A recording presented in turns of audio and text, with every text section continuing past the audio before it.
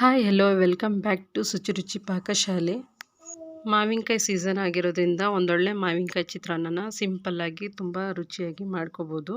ಹೇಗೆ ಅಂತ ತೋರಿಸ್ಕೊಡ್ತೀನಿ. ಹಾಗೆ ಯಾರೆಲ್ಲ ನನ್ನ ಚಾನಲ್ಗೆ ಸಬ್ಸ್ಕ್ರೈಬ್ ಆಗಿಲ್ವೋ ಪ್ಲೀಸ್ ಸಬ್ಸ್ಕ್ರೈಬ್ ಮಾಡಿ, ಶೇರ್ ಮಾಡಿ, ಹಾಗೆ ಲೈಕ್ ಮಾಡಿ, ಬೆಲ್ ಐಕಾನ್ನ ಒತ್ತೋದನ್ನ ಮರಿಬೇಡಿ. ಫಸ್ಟಿಗೆ ಇಲ್ಲಿ ನಾನು ಒಂದು ಸೈಡಲ್ಲಿ ಸಣ್ಣ ಬಾಣಲಿಗೆ ಕಡಲೆಕಾಯಿ ಬೀಜ ಮತ್ತು ಗೋಡಂಬಿ ಎರಡನ್ನೂ ಕೂಡ ಫ್ರೈ ಮಾಡಿ ಸಪ್ರೇಟಾಗಿ ಹುರಿದು ಎತ್ತಿಟ್ಕೊತಾ ಇದ್ದೀನಿ. ಮತ್ತು ಬೇರೆ ಬಾಣಲಿಗೆ ಒಂದು ಅರ್ಧ ಕಪ್ ಆಗೋಷ್ಟು ಆಯಿಲ್, ಅದಕ್ಕೆ 1 ಟೀ ಸ್ಪೂನಷ್ಟು ಸಾಸಿವೆ, ಮತ್ತು ಇಲ್ಲಿ ನಾನು ಜಾಸ್ತಿಯಾಗಿ ಕಡಲೆಬೇಳೆ ಉದ್ದಿನಬೇಳೆನ ಹಾಕ್ಕೊಳ್ತಾ ಇದ್ದೀನಿ. ನಿಮ್ಗೆ ಎಷ್ಟು ಬೇಕಷ್ಟು ಹಾಕ್ಕೊಳ್ಳಿ. ಮತ್ತು ಇಲ್ಲಿ 5ರಿಂದ 6 ಹಸಿಮೆಣಸಿನ್ಕಾಯಿ ಮತ್ತು 1-2 ಈರುಳ್ಳಿ ಹೆಚ್ಚಿಟ್ಕೊಂಡಿರೋದು ಸಣ್ಣದಾಗಿ, ಇದಿಷ್ಟನ್ನು ಸೇರಿಸಿ ಚೆನ್ನಾಗಿ ಫ್ರೈ ಮಾಡ್ಕೊತಾ ಇದ್ದೀನಿ. ಇದಕ್ಕೇ ಸ್ವಲ್ಪ ಕರಿಬೇವಿನ ಸೊಪ್ಪು 1-2 ಕಡ್ಡಿ ಆಗೋಷ್ಟು ಇದಕ್ಕೆ ಸೇರಿಸ್ಕೊತಾ ಇದ್ದೀನಿ. ಮತ್ತು 1-3 ಒಣಮೆಣಸಿನ್ಕಾಯಿನ ಕಟ್ ಮಾಡಿ ಸೇರಿಸ್ಕೊತಾ ಇದ್ದೀನಿ. ಇದಿಷ್ಟನ್ನು ಹಾಕಿ ಚೆನ್ನಾಗಿ ಫ್ರೈ ಮಾಡ್ಕೊಳ್ಳಿ. ಇದ್ರ ಜೊತೆಗೇ ಒಂದು ಅರ್ಧ ಟೀ ಸ್ಪೂನ್ ಆಗೋಷ್ಟು ಜೀರಿಗೆ ಫಸ್ಟಲ್ಲೇ ಹಾಕೋಕೆ ಹೋಗಬಾರ್ದು, ಏಕೆಂದರೆ ಸಾಸಿವೆ ಸಿಡಿವಾಗಲೇ ಇದನ್ನು ಹಾಕಿದಾಗ ಸೀದೋಗ್ಬಿಡ್ತದೆ. ಸ್ವಲ್ಪ ಆಮೇಲೆ ಈರುಳ್ಳಿ ಹಸಿಮೆಣ್ಸಿಕಾಯಿ ಎಲ್ಲ ಆದಮೇಲೆ ಜೊತೆಗೆ ಸೇರಿಸ್ಕೊಂಡು ಅದನ್ನು ಫ್ರೈ ಮಾಡಿಕೊಂಡ್ರೆ ಆಯಿತು. ಇದಕ್ಕೆ ಒಂದು ಹುಳಿ ಮಾವಿನಕಾಯಿನ ನಾನು ತೆಗೆದು ತುರಿದಿಟ್ಕೊಂಡಿದ್ದೆ, ಅದಷ್ಟನ್ನು ಕೂಡ ಸೇರಿಸ್ಕೊತಾ ಇದ್ದೀನಿ. ನಿಮಗೆ ಹುಳಿ ಎಷ್ಟು ಬೇಕೋ ಅಷ್ಟು ನೋಡಿಕೊಂಡು ಅಷ್ಟು ಮಾವಿನಕಾಯಿನ ಯೂಸ್ ಮಾಡಿಕೊಂಡ್ರೆ ಸಾಕಾಗುತ್ತೆ. ನಾನಿಲ್ಲಿ ಒಂದು ಪೂರ್ತಿ ಉಂಡೆ ಆಗುವಷ್ಟು ಮಾವಿನಕಾಯಿನ ತುರಿದಿಟ್ಕೊಂಡು ಸೇರಿಸ್ಕೊತಾ ಇದ್ದೀನಿ.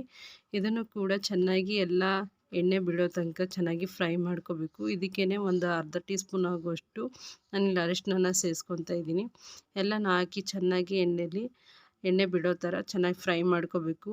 ಅದೇನು ಹುಳಿ ಅಂಶ ಇರುತ್ತೆ ಅದೆಲ್ಲ ಕೂಡ ಹೊಂದ್ಕೋಬೇಕು. ಆ ಥರ ಎಲ್ಲನೂ ತಿರುಗಿಸ್ಕೊಂಡು ಚೆನ್ನಾಗಿ ಫ್ರೈ ಮಾಡ್ಕೊಳ್ಳಿ. ಆದಷ್ಟು ಎಣ್ಣೆಲಿ ಫ್ರೈ ಮಾಡಿದಷ್ಟು ನಮಗೆ ಚಿತ್ರಾನ್ನದ ಗೊಜ್ಜು ತುಂಬ ಚೆನ್ನಾಗಿ ಬರುತ್ತೆ. ಇಲ್ಲ ಅಂತ ಹೇಳಿದ್ರು ಒಂದು 2ರಿಂದ 3 ದಿವಸನಾದರೂ ಗೊಜ್ಜನ್ನ ಇಟ್ಕೊಂಡು ಸ್ಟೋರ್ ಮಾಡಿಕೊಂಡು ನಾವು ಬಿಸಿ ಅನ್ನಕ್ಕೆ ಯೂಸ್ ಮಾಡ್ಕೋಬೋದು. ತುಂಬಾ ಚೆನ್ನಾಗಿರುತ್ತೆ, ರುಚಿ ಕೂಡ ತುಂಬ ಟೇಸ್ಟಾಗಿರುತ್ತೆ. ನೀವು ಕೂಡ ಟ್ರೈ ಮಾಡಿ. ಈ ಥರ ಗೊಜ್ಜು ರೆಡಿ ಆದಮೇಲೆ ಇದನ್ನು ಒಂದು 5 ನಿಮಿಷ ಬಿಟ್ಟು ತಿರುಗಿಸ್ಕೊಂಡು, ಅಂದರೆ ಕಡಿಮೆ ಉರಿಲೇ ಇಟ್ಕೊಂಡು ತಿರುಗಿಸ್ಕೊಂಡು, ಇದಕ್ಕೇ ನಾವು ಎಷ್ಟು ರುಚಿಗೆ ಬೇಕೋ ಅಷ್ಟು ಉಪ್ಪನ್ನ ಸೇರಿಸ್ಕೊತಾ ಇದ್ದೀನಿ. ಇದೆಲ್ಲನೂ ಹಾಕಿ ಒಂದು ರೌಂಡ್ ಮಿಕ್ಸ್ ಮಾಡಿಕೊಂಡ್ರೆ ಮಾವಿನಕಾಯಿ ಚಿತ್ರಾನ್ನದ ಗೊಜ್ಜು ರೆಡಿ ಆಯಿತು. ಇದು ಆಲ್ರೆಡಿ ನಾನು ರೈಸ್ ಮಾಡಿ ಇಟ್ಕೊಂಡಿದ್ದೀನಿ, ಅದನ್ನು ಈಗ ಸೇರಿಸ್ಕೊತಾ ಇದ್ದೀನಿ. ಎಲ್ಲ ಆರಿದೆ. ಇದನ್ನು ಇವಾಗ ಚೆನ್ನಾಗಿ ಹಾಕಿ ಒಂದೊಂದಾಗಿ ಮಿಕ್ಸ್ ಮಾಡಿಕೊಂಡ್ರೆ ಆಯಿತು. ಇದ್ರ ಜೊತೆಗೇ ನಾನು ಕೊತ್ತಂಬರಿ ಸೊಪ್ಪನ್ನು ಲಾಸ್ಟಲ್ಲಿ ಸೇರಿಸ್ಕೊತಾ ಇದ್ದೀನಿ, ಹೆಚ್ಚಿಟ್ಕೊಂಡಿರೋದನ್ನ. ಇದ್ರ ಜೊತೆಗೆ ಒಂದು ಅರ್ಧ ಹೋಳು ಆಗೋಷ್ಟು ತೆಂಗಿನ ತುರಿ, ಮತ್ತು ನಾವೇನು ಫ್ರೈ ಮಾಡಿ ಇಟ್ಕೊಂಡಿದ್ವಲ್ಲ ಕಡಲೆ ಬೀಜ ಮತ್ತು ಗೋಡಂಬಿ, ಅದನ್ನು ಕೂಡ ಇಲ್ಲಿ ಸೇರಿಸ್ಕೊತಾ ಇದ್ದೀನಿ. ಎಲ್ಲನೂ ಸೇರಿಸಿ ನೀಟಾಗಿ ಮಿಕ್ಸ್ ಮಾಡಿಕೊಂಡ್ರೆ ರೆಡಿ ಆಗುತ್ತೆ. ಮಾವಿನಕಾಯಿ ಚಿತ್ರಾನ್ನ ಯಾರಿಗೆಲ್ಲ ಇಷ್ಟ ಇಲ್ಲ ಹೇಳಿ, ಎಲ್ಲರಿಗೂ ತುಂಬಾ ಇಷ್ಟ. ಅದು ಈ ಸೀಸನ್ ಅಂತೂ ಬಂದ್ರಂತೂ ಎಲ್ಲರ ಮನೆಯಲ್ಲೂ ಮಿಸ್ ಮಾಡದೆ ಟ್ರೈ ಮಾಡ್ತಾನೆ ಇರ್ತಾರೆ. ಮನೇಲೇ ತುಂಬ ಸಿಂಪಲ್ಲಾಗಿ ರುಚಿಯಾಗಿ ಹೇಗೆ ಮಾಡ್ಕೋಬೋದು ಅಂತ ನೋಡಿದ್ದೀರ. ಈ ವಿಡಿಯೋ ಇಷ್ಟ ಆದಲ್ಲಿ ಪ್ಲೀಸ್ ಲೈಕ್ ಮಾಡಿ, ಶೇರ್ ಮಾಡಿ, ಹಾಗೆ ಸಪೋರ್ಟ್ ಮಾಡಿ. ನೆಕ್ಸ್ಟ್ ಒಂದೊಳ್ಳೆ ರೆಸಿಪಿ ಜೊತೆ ಸಿಗ್ತೀನಿ. Thank you. ಬಾಯ್.